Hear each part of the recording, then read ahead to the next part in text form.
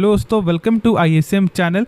आज हम लोग यहाँ पे डिस्कस करने वाले हैं अदानी ग्रुप के न्यूज़ के बारे में, जो अभी फिलहाल यहाँ पे आते हुए दिखाई दे रहा है। और फिर उसके बाद हम लोग यहाँ पे जानेंगे टाइटन कंपनी के बारे में, क्योंकि यहाँ भी फिलहाल अभी लेटेस्ट ब्रेकिंग न्यूज़ आते हुए दिखाई दे रहा है। तो आप इस वीडियो को जरूर से अंत तक देखो, तो ही जो सारा जो आपका डाउट है वो यहाँ पे क्लियर होगा। तो पहले हम लोग यहाँ पे डिस्कस करेंगे अदानी ग्रुप के बारे में। तो देखो, सबसे पहले आप जानते हो कि यदि हम लोग थोड़ा सा आपको जो रिकैप कराऊँ तो कल का यहाँ पे क्या न्यूज़ था कि टाटा जो है यहाँ पे इन्वेस्टमेंट करने के लिए सोच रही है, खास तौर से अदानी पावर में, ट्रांसमिशन में और यहाँ पे ग्रीन में, मतलब कि पूरे पावर सेक्टर में। और उसके बाद यहाँ पे क्या होता है, स्टॉक में एक शानदार गेन दिखाई देता है। यदि हम लोग आपका पोर्ट्स का ही चेक कर ले तो यहाँ पे 3% का गेन देखने को मिला था, ग्रीन में 7%, इस तरह का यहाँ पे गेन है, अप टू मतलब 12% तक का यहाँ पे गेन दिखाई दे रहा था। और इस गेन के बाद फिर क्या होता है कि शाम में एक आपका जो है कंफर्मेशन आता है अदानी ग्रुप का कि ये जो आप न्यूज़ जो यहाँ पे सुन रहे हो, जो आपका इकोनॉमिक टाइम्स में दिखाई दे रहा है ना, इसके बारे में उनको कुछ भी नहीं पता है। ऐसा अदानी का बयान आते हुए, मतलब अदानी ग्रुप का बयान आते हुए दिखाई दिया। मतलब कि सोमवार को ज़रूर से इसका इफेक्ट पड़ेगा। लेकिन फिर अब अभी एक लेटेस्ट न्यूज़ यहाँ पे क्या आ रहा है कि यहाँ पे जो GQG पार्टनर्स है, उनका स्टेक जो था वो थोड़ा सा और यहाँ पे गेन कर लिए उन्होंने। क्योंकि अब चलो काम करते हैं, हम लोग पहले न्यूज़ को समझते हैं।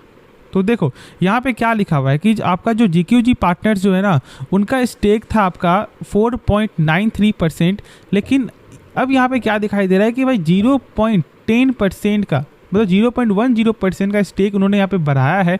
मतलब कि हम लोग ऐसा ही बोल सकते हैं कि यहाँ पे 2.2 मिलियन शेयर जो है बाई होते हुए दिखाई दिया है GQG पार्टनर्स की तरफ से अदानी पोर्ट्स जो शेयर है।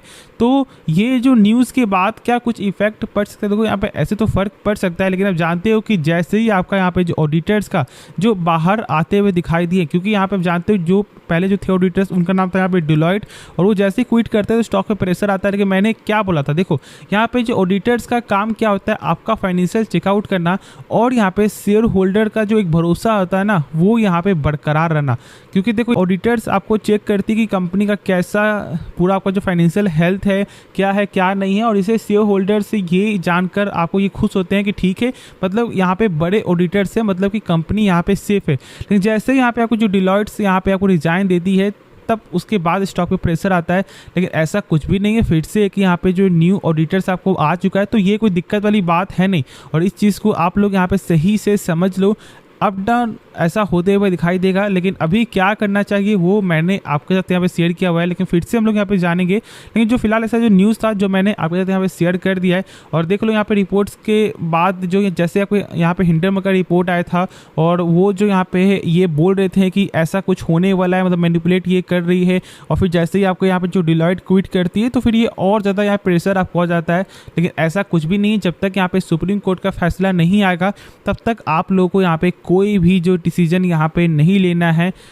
तो क्या हम लोग यहाँ पे स्टॉक को बाई कर लें? तो यहाँ पे बाई भी नहीं करना है, ना बाई करना है ना आपको सेल करना है, सिवाय अभी सिर्फ आपको यहाँ पे होल्ड करके चलना है। क्योंकि अभी यहाँ पे डू और डाई का जो है सिचुएशन है। क्योंकि देखो यदि यहाँ पे सुप्रीम कोर्ट से यदि आपको जो रेड फ्लैग देखने को मिल जाता है, तो फिर आप समझ जाना कि भाई स्टॉक यहाँ पे बहुत ज़्यादा टूट जाएगा।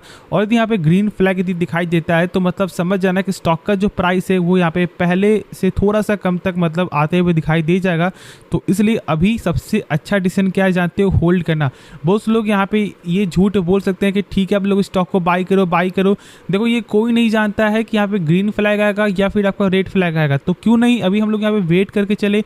ये बहुत लोग क्या बोल रहे हैं कि मतलब ग्रीन फ्लैग ही आते हुए दिखाई देगा, तो कोई भी आपको 100% नहीं बोल सकता है।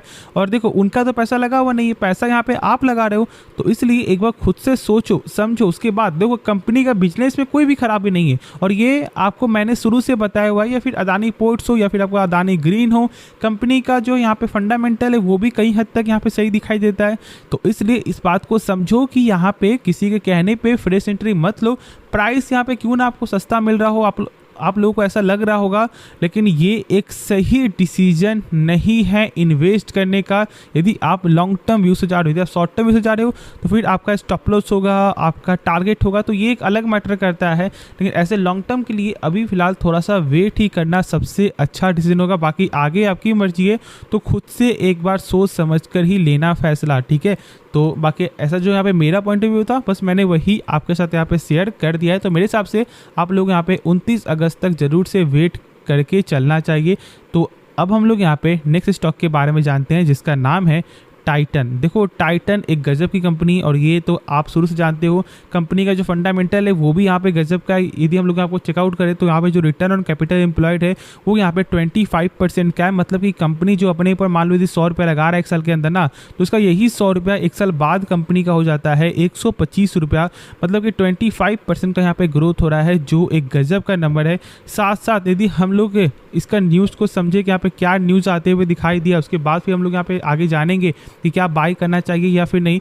तो देखो एक कंपनी जिसका नाम है यहाँ पे कैरेट लेन, जो यहाँ पे एक तनिष्क का पार्टनरशिप है, ऐसा हम लोग बोल सकते हैं कि यहाँ पे ये टाइटन का जो है ना पार्टनर है। क्योंकि देखो अब यहाँ पे टाइटन जो है अपना स्टेक इसमें और ऐड कर रहा है। तो एक काम करते हैं, न्यूज़ को पहले हम लोग यहाँ पे समझते हैं और ये कंपनी करती क्या, पहले आप यहाँ पे थोड़ा सा शॉर्ट में जान लूँ तो ये भी कंपनी आपको जो है यहाँ पे ज्वेलरी के सेगमेंट में ही है, जो यहाँ पे नाम से मालूम आपको चल रहा है। और ये कंपनी करता है आपको मैन्युफैक्चर, ठीक है, एंड सेल करता है ज्वेलरी को, ठीक है।